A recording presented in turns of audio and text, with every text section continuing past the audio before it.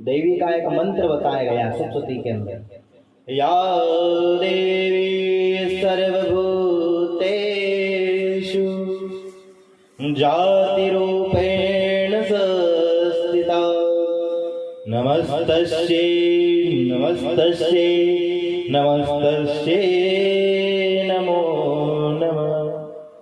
देवी की कोई जात नहीं बताई गई है, देवी चारों वर्णों के अंदर विद्यमान बताई गई है। ब्राह्मण, क्षत्रिय, वैश्य और चतुर्थ वर्ण के लोग यानी शुद्ध, चारों देवी से उत्पन्न हुए हैं और देवी इन चारों वर्णों के अंदर उत्पन्न हुई बताई गई है। अभी नवरात्रि का जो पर्व चल रहा है, इस नवरात्रि पर्व के अंदर हम हमारे घर के अंदर कन्याओं का अर्चन करते हैं, कन्याओं का पूजन करते हैं महाराज। देवी पुराण के अनुसार 5 वर्ष से लेकर के 10 वर्ष तक की कन्या का हमें पूजन करना चाहिए, उसका अर्चन करना चाहिए।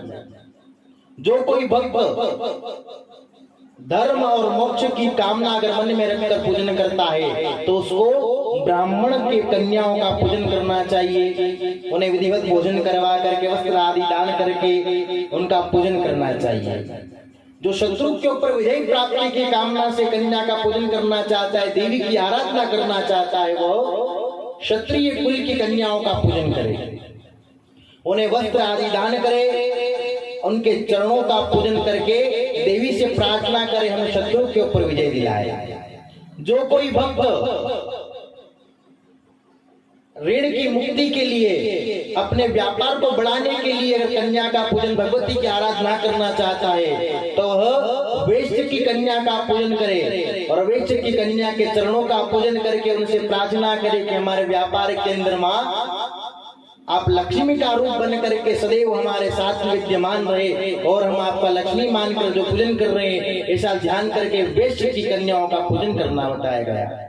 और जो रोग और शत्रु से निवारण चाहता है वह चतुर्थ वर्ण की कन्याओं का पूजन करे, उनके चरणों का पूजन करके उनके चरणों के अंदर वंदना करे, उनके चरणों का ध्यान करके उनसे प्रार्थना करे कि हे देवी आप चतुर्थ वर्णों के अंदर विद्यमान बताई गई हो, क्यों? देवी की कोई जात नहीं बताई गई। देवी क्या कहती है, या देवी सर्वभूतेषु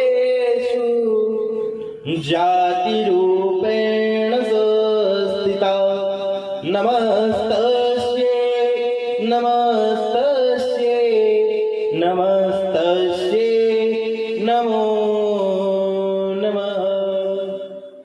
सभी भक्तों से निवेदन है महाराज, इस प्रकार जगदम्बा का इस नवरात्रि के अंदर पूजन करे और चारों वर्णों की कन्याओं का विधि विधान से पूजन करके उन्हें वस्त्र दान करे, उनके चरणों का पूजन करके उनका आशीर्वाद लेकर के जगदम्बा से प्रार्थना करे।